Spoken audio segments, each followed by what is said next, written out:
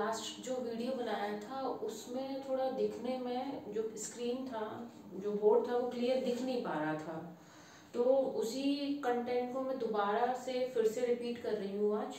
ठीक है, तो देखिए हम आज जो यूनिट स्टार्ट करने वाले हैं वो है यूनिट आपका 10 ecology, chapter 13 organism and population. ठीक है ना, क्लास 12 का बायोलॉजी का चैप्टर है ये।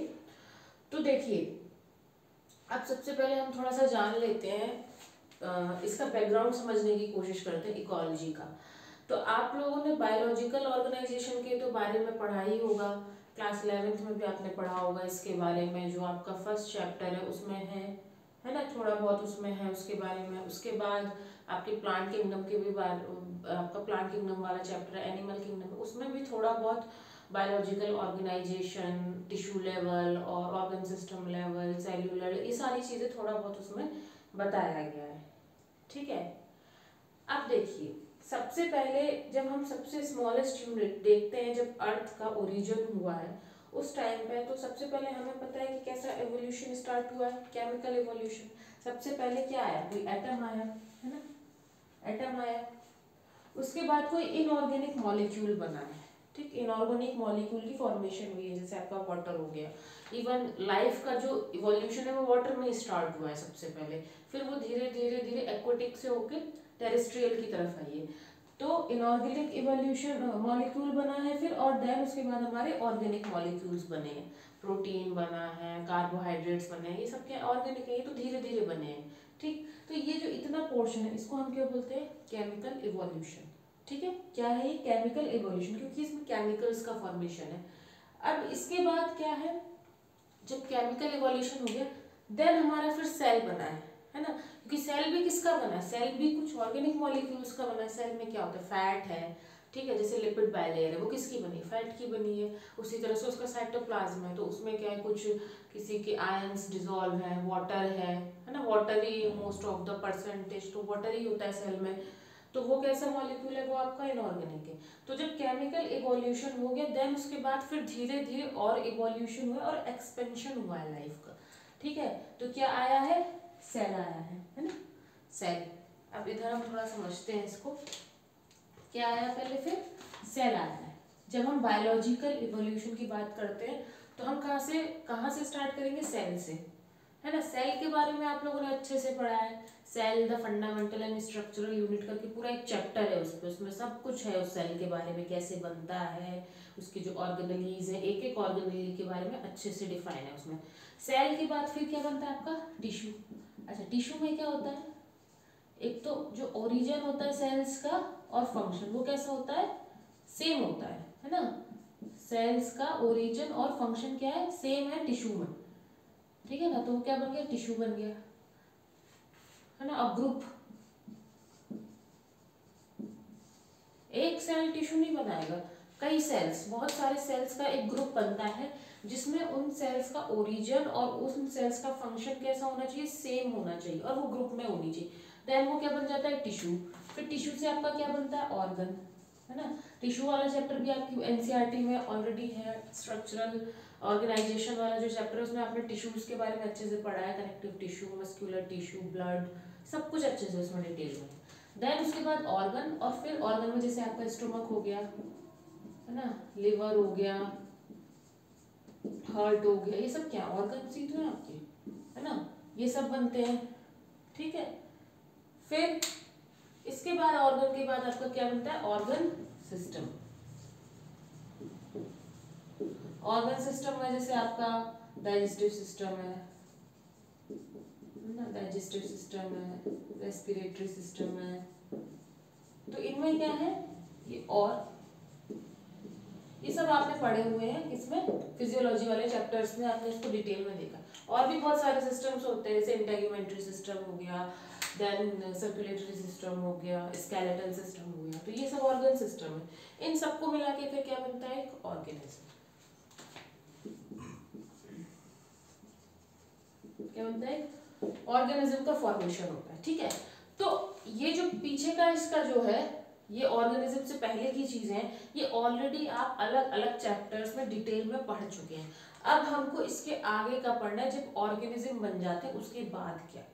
ठीक है, तो देखो ऑर्गेनिज्म बनने के बाद से आपका इकोलॉजी स्टार्ट हो जाएगा। ठीक है, उसके आगे क्या होता है, अब देखिए ऑर्गेनिज्म बन जाएंगे, फिर उसके बाद क्या बनती है, पॉपुलेशन, है ना। अब पॉपुलेशन क्या है, देखिए व्हाट इज पॉपुलेशन, है ना। पॉपुलेशन क्या है, तो देखिए पॉपुलेशन क्या है, एक तो ग्रुप है किसका, ऑर्गेनिजम्स का, है ना। किसका ग्रुप है, ऑर्गेनिजम्स का, और किसी एक पर्टिकुलर एरिया में है। ठीक है, फिक्स्ड एरिया में है। जैसे मान लीजिए आप किसी कॉलोनी में रहते हैं, उस कॉलोनी में कुछ ऑर्गेनिजम्स है, मान लीजिए ह्यूमन है, एग्जाम्पल क्या ले लिया हमने, ह्यूमन ले लिया मान लीजिए, तो बहुत सारे ह्यूमन रहते हैं उसमें, है ना, 100 200 जितने भी ह्यूमन है, तो उन ह्यूमन की क्या एक पॉपुलेशन है उस पर्टिकुलर कॉलोनी में। उस पर्टिकुलर कॉलोनी का जो जितना भी एरिया, उस एरिया में पर्टिकुलर जो ह्यूमन है उनकी एक पॉपुलेशन है। उसी तरह से उस एरिया में डॉग्स भी होंगे, आसपास आप लोगों ने देखा होगा, कैट्स भी होंगी, फिर कुछ ट्री भी हो सकते हैं आपके, जैसे बैनियन ट्री हो गया, है ना। ठीक है ना, बरगद का पेड़ हो गया, पीपल का पेड़ हो गया, आम के पेड़ हो गए, अमरूद के, तो उनकी भी एक अपनी पॉपुलेशन। तो ये सब क्या अलग अलग ऑर्गेनिजम्स है, ह्यूमन एक अलग है, डॉग अलग है, कैट अलग है, बैनियन ट्री अलग है, ये सब की क्या है अलग अलग ऑर्गेनिजम्स होंगे, और इनका एक ग्रुप होगा और ये पर्टिकुलर एरिया में रहते होंगे।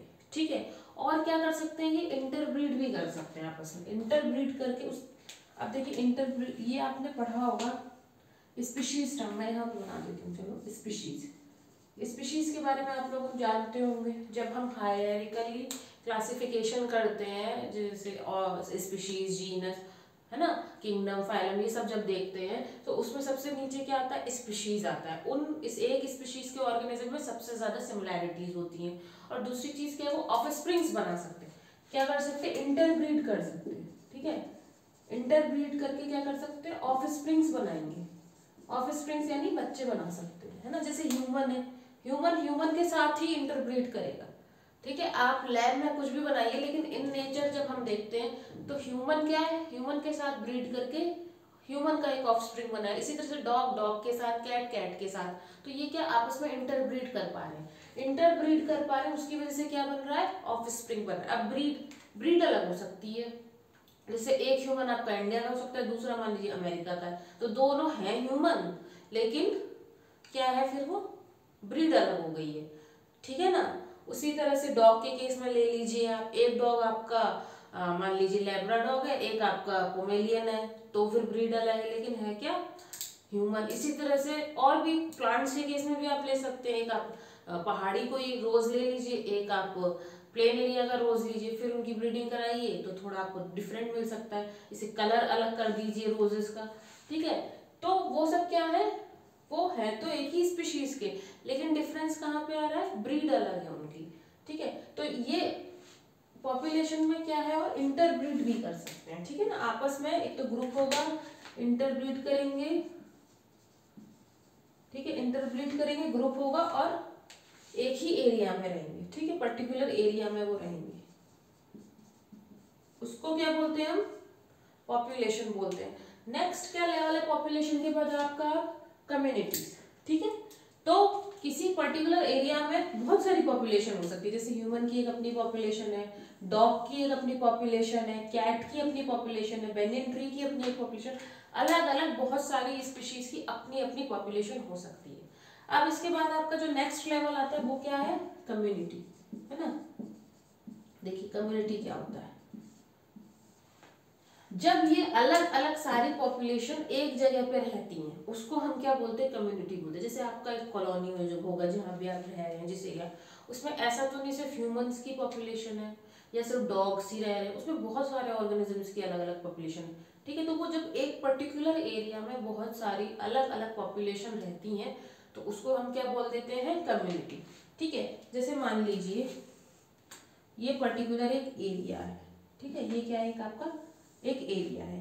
हाँ, अब इस एरिया में ह्यूमंस रहते हैं, मान लीजिए यहाँ पे हैं कुछ, यहाँ पे हैं कुछ, यहाँ पे हैं, फिर डॉग्स भी हैं, फिर कैट भी हैं, फिर काउज भी हैं, है ना, फिर कुछ ट्रीज भी हैं, है ना, और कुछ बर्ड्स भी हैं। तो ये सब क्या है, कम्युनिटी। जैसे ह्यूमंस हैं, ह्यूमन है, काउ है, डॉग है, कैट है ना, ट्रीज हैं मान लीजिए, ठीक है। फिर उसके बाद कुछ बर्ड्स भी होंगी, है ना, कुछ इंसेक्ट्स भी हो सकते हैं, ठीक है, कुछ फंगस भी हो सकती हैं, कुछ भी, ठीक है, कोई भी ऑर्गेनिजम्स हो सकते हैं। तो ये सब एक एरिया में रह रहे हैं अब आपस में, है ना, ये एक एरिया में रहते हैं।